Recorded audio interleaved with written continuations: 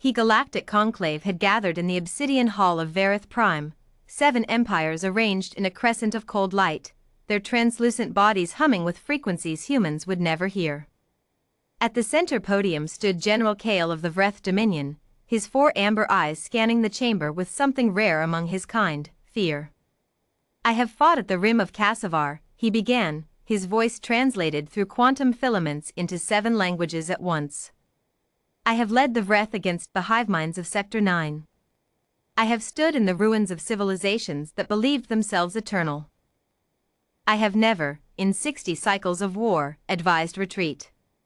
He paused, letting the weight of that sentence press down on the room. "Until today. I am telling you now, do not attack humanity." The laughter started somewhere in the Zorith delegation, a clicking, chitinous sound like dry bones and wind. It spread. The Luminar simply dimmed their biolights in amusement. The Keth Prime envoy leaned toward his aide and made a gesture their species used for foolishness. Humanity? The species that has barely left its own solar arm? The ones who still use chemical propulsion for cargo hauling? You are afraid of them, Kale? Zorith High Speaker, Galactic Conclave, Year 3041. Kale did not flinch. His jaw plates tightened. The Vreth Dominion encountered a human patrol vessel 8 months ago at the edge of the contested reach. A single ship. It had stumbled into our forward staging area by navigational error. He pulled up the holographic record, grainy, damaged footage from a dying scout drone.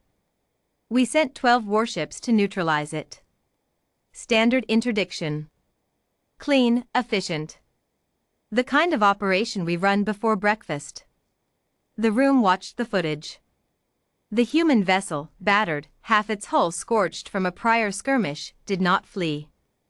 It did not hail for mercy. It turned directly toward the 12 Vreth warships, and it charged. It destroyed 4 of them before we brought it down, Kale said quietly. 4. A patrol ship. Crewed by 11 humans. When we recovered the wreckage and analyzed the final minutes of communication aboard that vessel, they were singing a war song. Ancient. Something from before they even had electricity. He let the silence breathe. That is not strategy. That is something else. Something older. I do not have a word for it in Vreth. But I have learned the human word. He looked across the chamber. It is called defiance. The conclave voted anyway. 17-1. The Zorith hegemony would lead the combined fleet, 900 warships drawn from 6 empires, to subdue the human colonies of the Outer Reach and demand their formal submission to galactic law. It was presented as a civilizing mission. A correction. The sort of thing done to young, aggressive species who had not yet learned their place in the hierarchy of stars.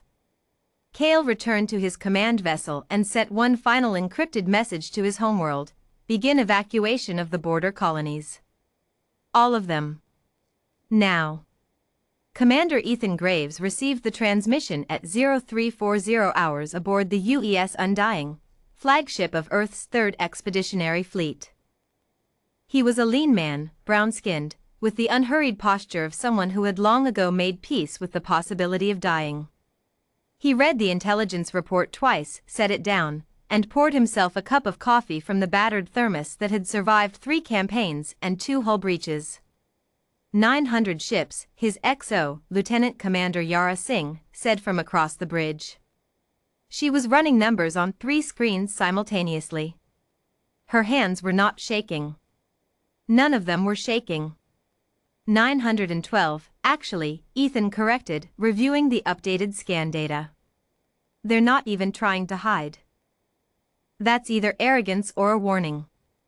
Could be both, Singh offered. Could be, he agreed. He stood, walked to the viewport, and looked out at the stars, at the same stars his ancestors had looked up at from the dirt floors of ancient shelters, wondering what lived out there in the dark. Get me fleet-wide comms. All hands. When his voice came through every speaker on every human vessel in the system, it was calm, not the false calm of someone pretending courage, but the real kind, the bedrock kind, the kind that had been forged in a species that had survived ice ages, plagues, famines, and its own worst impulses, and had come through the other side still breathing, still building, still reaching for the sky. This is Commander Graves.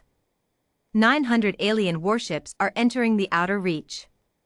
They're coming to make us kneel.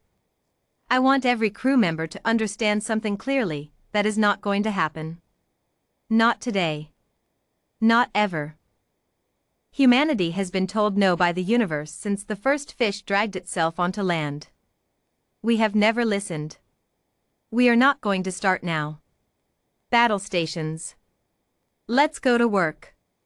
Commander Ethan Graves, UES Undying, 0347 hours. The Zoreth High Admiral had expected panic. He had expected the human ships to scatter, to buy time with retreat, to negotiate from desperation. He had not expected what actually happened, which was that Ethan Graves split his fleet of 67 vessels into 7 independent wolf packs and sent them into the formation at angles that the Zoreth tactical AI classified, with some confusion, as suicidal. They were not suicidal. They were something the Zoreth computers did not have a proper model for: acceptable loss thresholds set to near zero by commanders who had already decided they would rather die winning than survive surrendering. Each wolf pack targeted a different command node. The humans had spent 3 months mapping the Zoreth communications architecture from intercepted signals. They hit it all at once, simultaneously, like fingers closing into a fist. The Zoreth formation fractured in 40 seconds. What followed was not a battle in any shape the Conclave had planned for. It was a pursuit. Human ships that took catastrophic damage did not retreat, they locked navigation and aimed for the nearest enemy capital vessel, turning themselves into kinetic warheads. Others performed the infamous Graves Spiral, a maneuver Ethan had developed in a simulator 3 years prior, dismissed by Earth's own admirals as reckless, now executed by veteran crews who had practiced it 1,000 times in the dark between stars. In 6 hours, the Zoreth hegemony lost 281 ships. The Allied fleet lost another 109. The Keth Prime delegation, watching from the edge of the system on observation vessels, quietly turned around and went home without firing a single shot. General Kale watched the battle unfold from his command vessel, parked well outside the engagement zone. He had not brought his fleet to participate. He had brought it to witness. To have record. When the Zoreth flagship, the Eternal Dominion, 3 kilometers of reinforced alloy and 600 years of hegemony pride, broke apart under a coordinated strike from 7 damaged human frigates, he felt something close to reverence. He opened a channel. Not to his homeworld. Not to the Conclave. Directly to the UES Undying. Commander Graves, he said, when Ethan's face appeared on screen, tired, blood on his temple from a console impact, coffee cup somehow still in hand. I am General Kale of the Vreth Dominion. I warned them. They did not listen. Ethan studied him for a moment. The alien's amber eyes were unreadable. I know, he said. We intercepted the session records. We've had translation algorithms running on Conclave communications for 2 years.